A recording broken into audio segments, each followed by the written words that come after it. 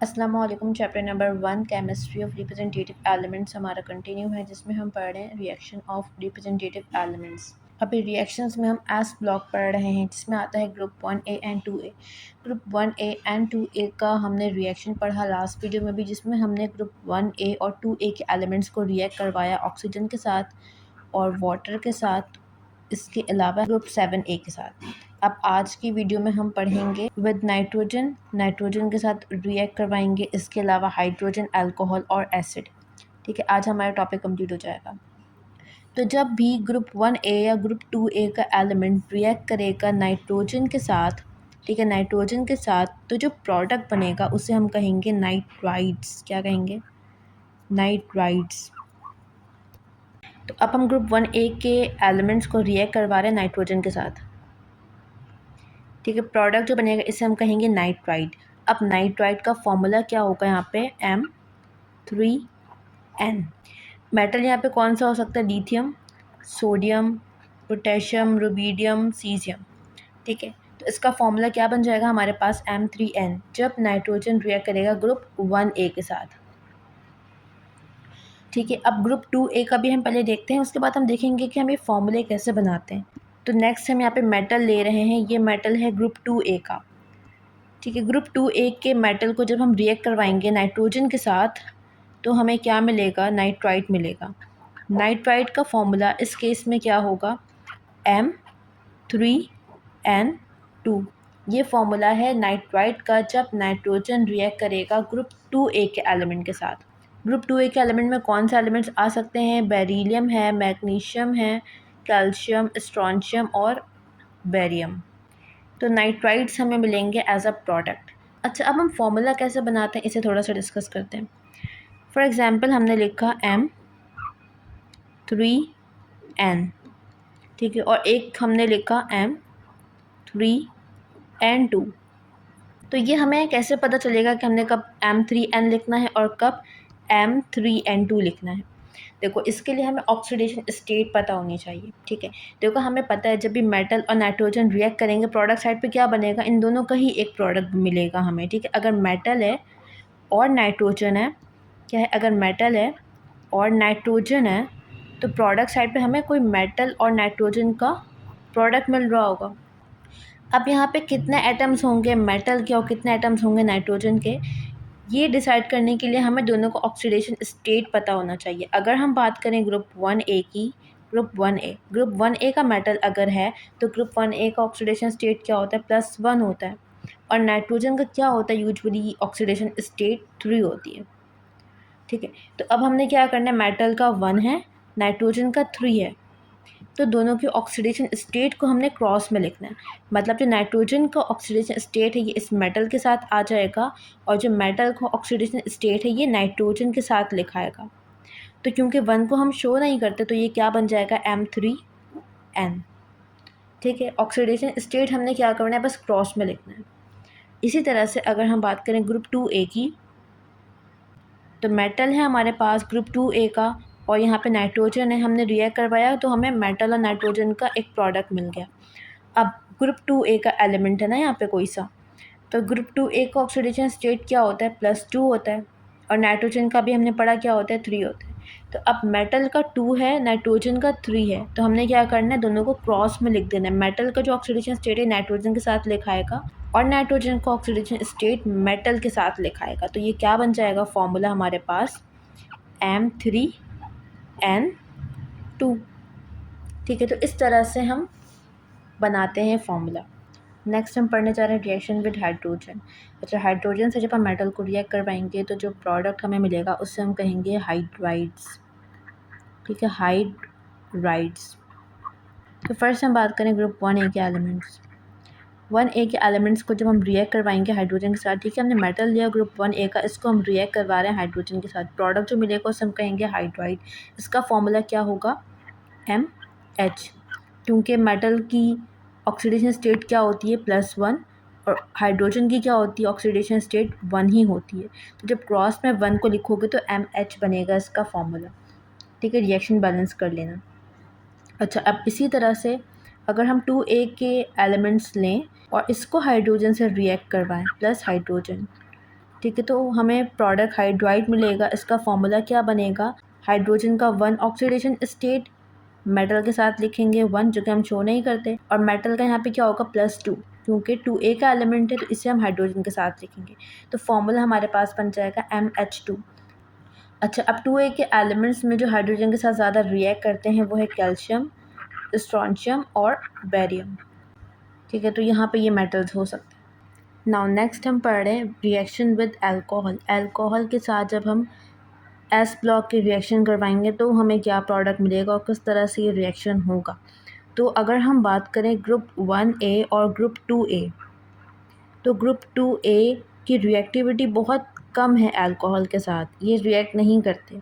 तो यहाँ पे हम ग्रुप 2A का रिएक्शन नहीं पढ़ेंगे, ग्रुप 2A के रिएक्शन नहीं होते। किसके होंगे, सिर्फ ग्रुप 1A के। तो यहाँ पे हमने सिर्फ ग्रुप 1A का रिएक्शन पढ़ना है विद अल्कोहल।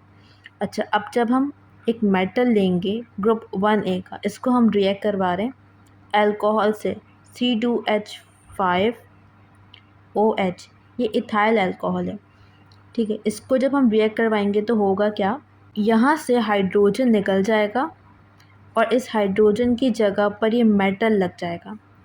ठीक है, तो प्रोडक्ट हमें क्या मिलेगा, C2H5O और मेटल।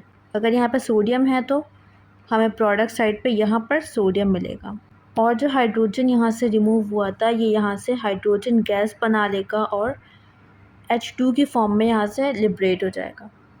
ठीक है, तो ये समझ आया। अच्छा, यहाँ पर जो ये प्रोडक्ट बना है इसे हम कहते हैं मेटल अल्क ऑक्साइड। ठीक है, ये जो पार्ट है M वाला ये मेटल है और ये पार्ट अल्क ऑक्साइड है, ये अल्क है और ये O है क्योंकि ऑक्सीजन है तो इसे हम कहेंगे अल्क ऑक्साइड। ठीक है, तो यहाँ पे जो प्रोडक्ट बनता है जब हम मेटल को अल्कोहल से रिएक्ट करवाते हैं तो प्रोडक्ट क्या होता है, मेटल अल्क ऑक्साइड। इसका नाम याद रखो कि इससे हम क्या कहेंगे, मेटल का अल्क ऑक्साइड। ठीक है, और अल्कलाइन अर्थ मेटल रिएक्ट नहीं करते, तो यहाँ पे हमने सिर्फ 1A का पढ़ना है। नेक्स्ट आ जाओ विद एसिड। अब हम रिएक्शन करवा रहे हैं एस ब्लॉक एलिमेंट्स का विद एसिड। अच्छा, अल्कली मेटल की हमने पहले भी बात की है कि उसकी रिएक्टिविटी बहुत ज़्यादा होती है, तो वो तो बहुत ईजिली और बहुत जल्दी रिएक्ट कर जाता है, लेकिन अल्कलाइन अर्थ मेटल की रिएक्टिविटी कम होती है अल्कली मेटल से, तो वो इतना ईजिली रिएक्ट नहीं करते। तो यहाँ पे अल्कलाइन अर्थ मेटल रिएक्ट तो करते हैं एसिड के साथ, बट उनकी रिएक्टिविटी बहुत कम है। तो यहाँ पर भी जो हम रिएक्शन पढ़ेंगे किसके साथ पढ़ेंगे, ग्रुप 1A के एलिमेंट्स के साथ। ये जो रिएक्शन हम पढ़ने जा रहे हैं ये रिएक्शन हमने पहले भी कई बार पढ़ा है। इसमें हम क्या कर रहे हैं, एक मेटल लेंगे ग्रुप 1A का, सोडियम हो सकता है, लिथियम हो सकता है, पोटेशियम, रुबिडियम, सीजियम, कोई सा भी हो सकता है। इसे हम रिएक्ट करवा रहे हैं एसिड के साथ। कौन सा एसिड ले रहे हैं, HCl, कोई से भी एसिड ले सकते हैं। यहाँ पे एग्जाम्पल में क्या है, HCl। जब हम HCl के साथ इसको रिएक्ट करवाएंगे, यहाँ पर HCl से हाइड्रोजन और क्लोरीन ब्रेक होंगे और यहाँ से हाइड्रोजन रिमूव होगा और हाइड्रोजन की जगह पर क्या लग जाता है, मेटल लग जाता है। तो यहाँ पे मेटल लग जाएगा क्लोरीन के साथ। प्रोडक्ट क्या मिलेगा हमें, मेटल क्लोराइड।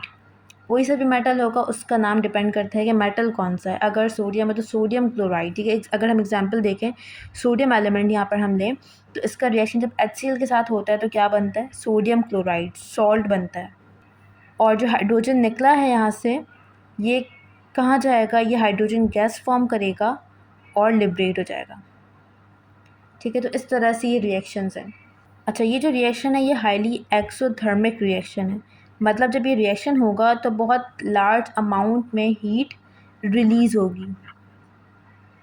यहाँ पर हमने तमाम रिएक्शंस पढ़ ली जो बुक में गिवन हैं एस ब्लॉक के। ठीक है, अब लास्ट में सेल्फ असेसमेंट के कुछ रिएक्शंस हैं उनको भी हम देख लेते हैं। नेक्स्ट हम करने जा रहे हैं सेल्फ असेसमेंट। हमें यहाँ पे 5 रिएक्शंस गिवन है, हमने इनका प्रोडक्ट लिखना है, कंप्लीट करना है रिएक्शन को और बैलेंस भी करना है। ठीक है, फर्स्ट रिएक्शन हमारे पास है जिसमें हम ग्रुप 2A के एलिमेंट को रिएक्ट करवा रहे हैं नाइट्रोजन के साथ। ठीक है, मैग्नीशियम है ग्रुप 2A का एलिमेंट। जब इसे नाइट्रोजन के साथ रिएक्ट करवाएंगे प्रोडक्ट हमें क्या मिलता है, नाइट्राइट मिलता है, मतलब मेटल होगा और नाइट्रोजन होगा। फॉर्मूला क्या बनेगा, मेटल का +2 ऑक्सीडेशन स्टेट, नाइट्रोजन का 3, क्रॉस में लिख दो M3N2। तो ये हमने रिएक्शन कंप्लीट कर लिया। अच्छा, यहाँ पे मेटल नहीं लिखेंगे, हम क्या लिखेंगे, मैग्नीशियम लिखेंगे ना, क्योंकि हमें मेटल की जगह पर मैग्नीशियम गिवन है, ठीक है, अब स्पेसिफाई कर दिए कौन सा मेटल है, तो अब मैग्नीशियम लिखेंगे। नेक्स्ट रिएक्शन हमारे पास है, सोडियम रिएक्ट कर रहा है अल्कोहल से। जब अल्कोहल से रिएक्ट होगा सोडियम तो क्या होता है, कैसे रिएक्शन होता है, हाइड्रोजन रिमूव होता है, इसकी जगह पर मेटल लग जाता है, तो प्रोडक्ट हमें क्या मिलता है, C2H5O और H की जगह पे क्या आ जाएगा, सोडियम आ जाएगा, मेटल अल्कोक्साइड, ठीक है। और जो हाइड्रोजन निकला है यहाँ से ये H2 बना के लिबरेट हो जाएगा।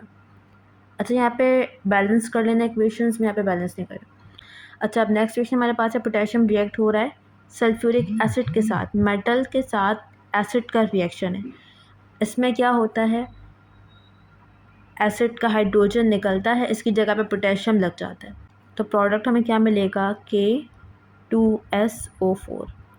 SO4 के पूरे ग्रुप पे -2 का चार्ज होता है, पोटेशियम पे 1 का चार्ज होता है, तो क्रॉस में हमने इसे लिखा है, ठीक है। ये जो 4 है ये इस पूरे ग्रुप का है, 4 SO4 सल्फेट ग्रुप, और जो हाइड्रोजन निकला है ये H2 बना के लिबरेट हो जाएगा। नेक्स्ट है बेरियम का रिएक्शन है ऑक्सीजन के साथ। बेरियम क्या है, ग्रुप 2A का एलिमेंट है, तो जब बेरियम रिएक्ट करेगा तो इसका प्रोडक्ट हमें मिलेगा BaO2, ठीक है, क्योंकि ये पर ऑक्साइड है। नेक्स्ट आ जाओ, कैल्शियम और वाटर का रिएक्शन हो रहा है, वाटर में एक H है एक OH है, मेटल क्योंकि पॉजिटिव चार्ज रखता है ये रिएक्ट कर जाता है वाटर के नेगेटिव पार्ट से, मतलब OH से, तो इसका बनता है फॉर्मूला CaOH2। कैल्शियम पे 2 का चार्ज होता है, OH ग्रुप पे 1 का चार्ज होता है, तो क्रॉस में से हमने लिख दिया, ठीक है। अब यहाँ पर जो हाइड्रोजन रह गया है वाटर का, ये क्या करेगा, ये हाइड्रोजन गैस बना के लिबरेट हो जाएगा।